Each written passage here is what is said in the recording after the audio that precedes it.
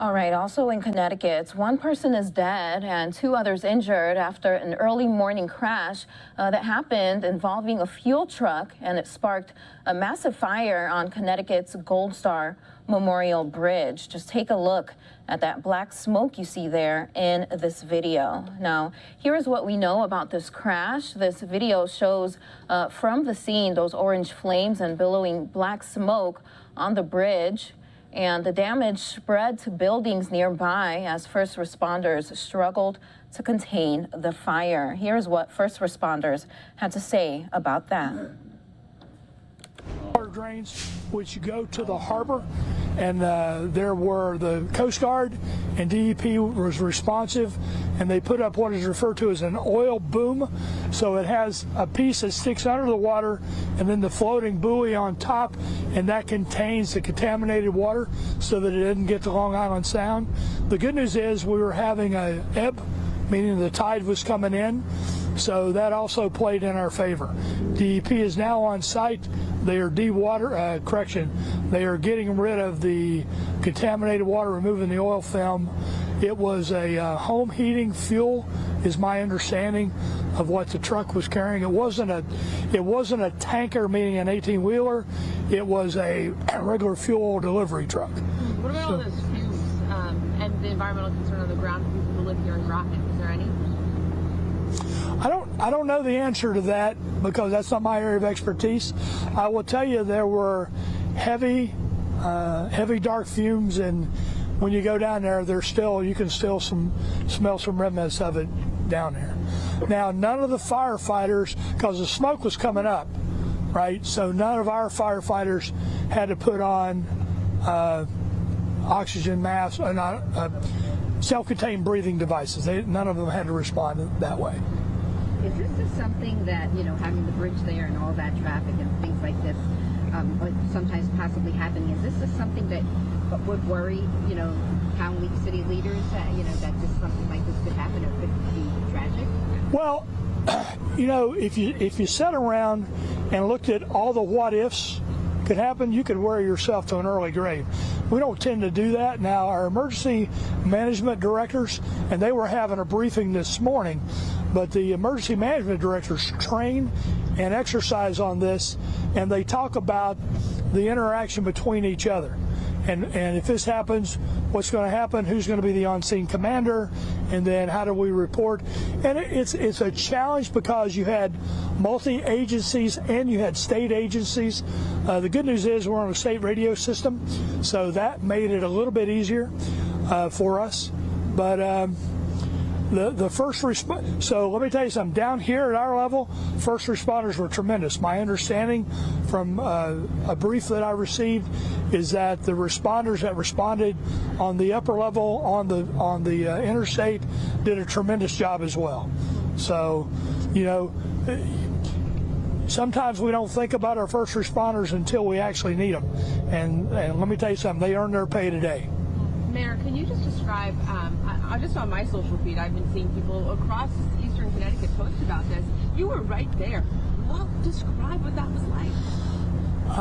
Well, I'm a retired submarine guy, so I've seen some real casualties before. This was pretty impressive.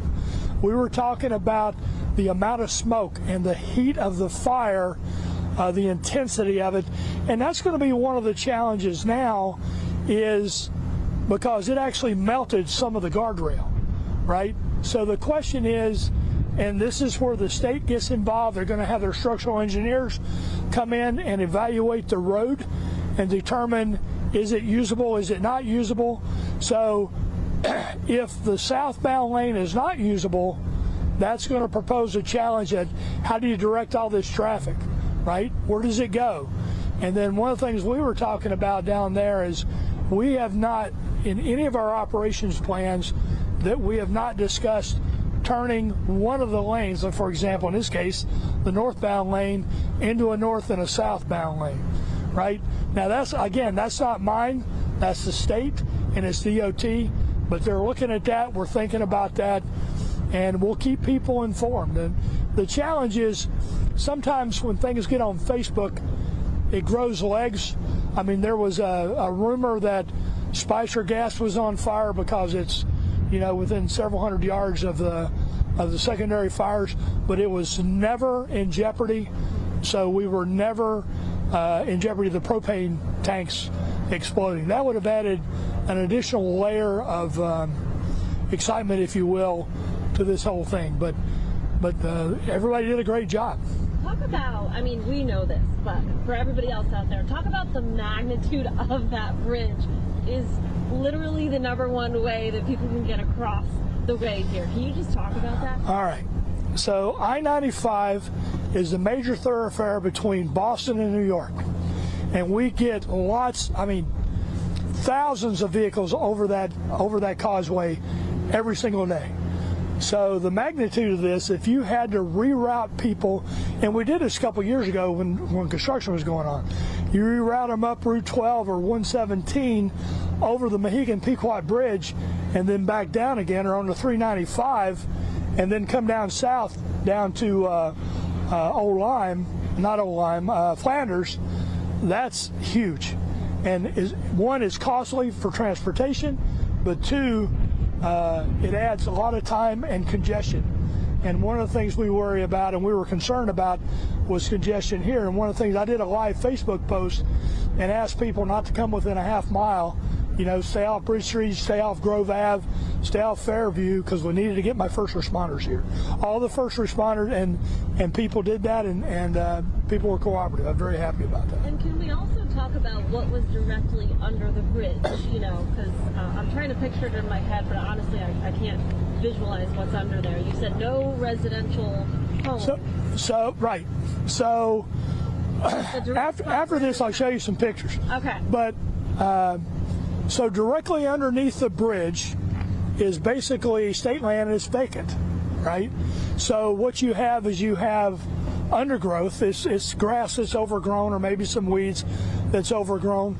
There is access to Kenneth Streeter Pier, which is in the city, and Mohawk is right there, and they have some equipment and things like that underneath the bridge. But the residential doesn't start until you're on the other side of the southbound lane. So when you're talking, gravity brings it straight down, then no residents were in jeopardy. So the cars that were under there might have been like worker cars? It might have been, but I don't know. I'm careful to not 100%. I don't know the answer. I just received because I went to the incident commander and I said, I'm getting ready to go for a press briefing. What can I tell them? Right. And he said, you can say that a couple cars were damaged, but that's all, so I honestly don't know if they were personal or if they were work related. I'm not sure. The crews that were down there under the bridge, are they more or less done, or are they worried about anything else that could happen as the day goes on? No, we're pretty much done. We're wrapping up now. We're dismissing most of the crews that responded. So like I said, all the secondary fires were contained and then now are extinguished. What's happening now is cleanup, and what I mean by that is DEP and Safe Harbors and the environmental cleanup team is here. They're literally skimming the water. We put what's referred to as absorbent materials in the water so that it would stop flowing, and then the oil, because of the viscosity of the oil, it rises and it's on the surface of the water. So it's just easy to skim. And like I said, the Coast Guard and DEP deployed some oil booms out into Thames River to contain it so it doesn't get to the Long Island side. So we should not have a major environmental issue here from this. Now, I'm not the one, this is my opinion, that it's not going to be an issue. You would need to talk to a DEP representative or somebody like that to get the official word from that. But based on my experience and what I saw, I think we're fine. And then last week, if you could just, again, describe the magnitude of this afternoon and what it was like here, the chaos, the major thoroughfare, it was shut down, what it was like to see the smoke. Just describe all of that. Well, so when I heard about it, I went to my dispatch to find out about it, and from the camera on the municipal building, which is about 1.5 miles from here, you could see the smoke. It was absolutely amazing. And driving over here, I'm looking at the smoke, and From a conflagration point of view, I've never seen anything like that other than when I went through firefighter trainers in the Navy. But it was just like a huge black cloud just rolling. And then when we were on the ground, you could see the fire coming underneath, and you could see. So what a lot of people don't know is that you have stormwater drains on the highway, so that when it rains, that goes off and it goes in there, and there's a piping system underneath the bridge, and that's usually PVC or a plastic material, and so that caught on fire, and that was dropping down, and other things were falling and dropping. And so, you know, one of the things we did was the fire department, the incident commander, established a perimeter, and then said we're going to wait for a little bit to make sure that none of the firefighters are going to be injured from falling debris. And that, like I said, there were no injuries to anyone in the secondary location. I cannot speak to the actual. Hold on, let me turn that. My apologies. So, what else? I think that's it. Yeah, good. Was that okay? Yeah, it was great. Thank you so much. And there's no like other damage other than the vehicles that were underneath the bridge. Just those couple days, and I don't know like if any it's kind of like repairs that will need to be done or anything. All right, a tragic fire on the Gold Star Bridge in Connecticut. You can see just how massive the flames there were. We're told that unfortunately one person is dead after a crash with a fuel truck. And fortunately, those flames, that fire has been contained.